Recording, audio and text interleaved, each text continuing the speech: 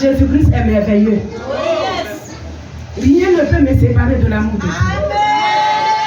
Parce qu'il a opéré un miracle dans ma vie. Papa nous a enseigné ici la foi gagnante.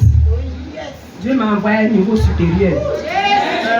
Le dimanche, quand on a fini ici, j'ai attendu le culte du soir. Et on était vers le culte du soir, mon téléphone sonne. La personne me demande tu es où? Je dis je suis à l'église. Elle me dit sors. Et je sors. Elle me dit ta fille est malade. Et on s'en va à l'hôpital. Je dis d'accord, c'est bien sûr le programme de ce soir-là, je vais finir d'abord. On a fini le programme, quand on partait, j'ai marché avec Yohan et mon téléphone a sonné. Il dit on est parti à l'hôpital, on nous dit d'aller au chou que ta fille doit être opérée. Je dis Dieu est à l'œuvre. Les anges en service, les actions missionnaires, manifestez-vous. Et je suis partie à la maison parce que j'attendais le voir, le sacrificateur avant de partir.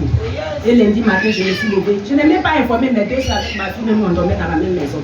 Je me suis levée, je me suis conduite directement chez papa ici. Je suis venue, maman m'a dit, ah papa dort encore. Mais papa c'est maman, maman c'est papa. Et maman a prié pour moi, je suis partie. Pour finir, c'était au HMA que j'ai appelé et puis je suis partie.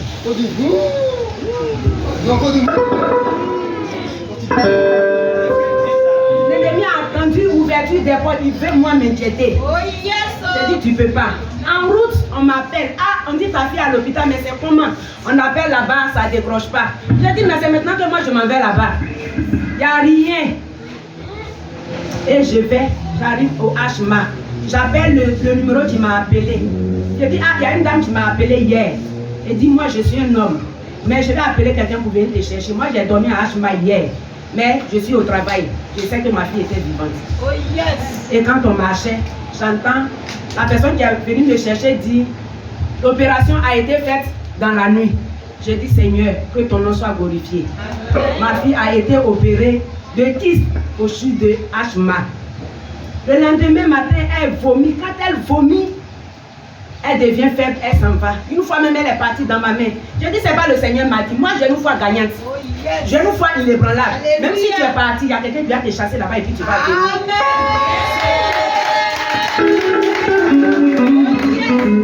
Ses dents sont serrées. J'ai mis mes deux doigts. Elle m'a mordu. J'ai crié Jésus. Elle a laissé ma main. J'ai pris la cuillère, j'ai mis dans sa bouche. Elle dit, maman, tu m'as blessé. J'ai dit, oui, c'est moi qui t'ai blessé. On est parti appeler les médecins, ils sont venus, c'est maintenant, ils vont savoir qu'il lui manquait du sang. Et il lui fallait 2 poches de sang. Mais où avoir du sang, puisque du sang ne peut quitter ailleurs pour rentrer au CHU de HMA. Et il y a un docteur qui sort de l'ordinaire qui vient, il dit madame, va voir le docteur qui passe là. On est parti voir le docteur, il dit va voir l'ambulancier. L'ambulancier dit les poches de sang, les 2 poches font 6 000. Lui son transport c'est 10 000. Mais après tout ça là, même si on lui a donné l'argent tout à l'heure, c'est à 17 h que le sang va venir. Donc ils sont venus arrêter le sérum pour ne pas, puisqu'il y a beaucoup d'eau dans son corps que du sang. Mais on lui a donné l'argent, on a couru après. Il dit madame, asseyez-vous, je ne vais pas partir tout de suite. Mais il a dit 15 h. Mais le Seigneur l'a obligé à envoyer. Il a dit 17 h. Le Seigneur l'a obligé à envoyer le sang à 15 h. Et c'est ainsi qu'on a mis le sang. Après qu'on a mis le sang, c'est fini. Elle n'est plus tombée évanouie, elle n'est plus devenue faible jusqu'à ce que vraiment on nous libère. Ce matin, je vais dire merci au Dieu de Papa Kagoyi. Parce que je lui ai dit au revoir avant de partir.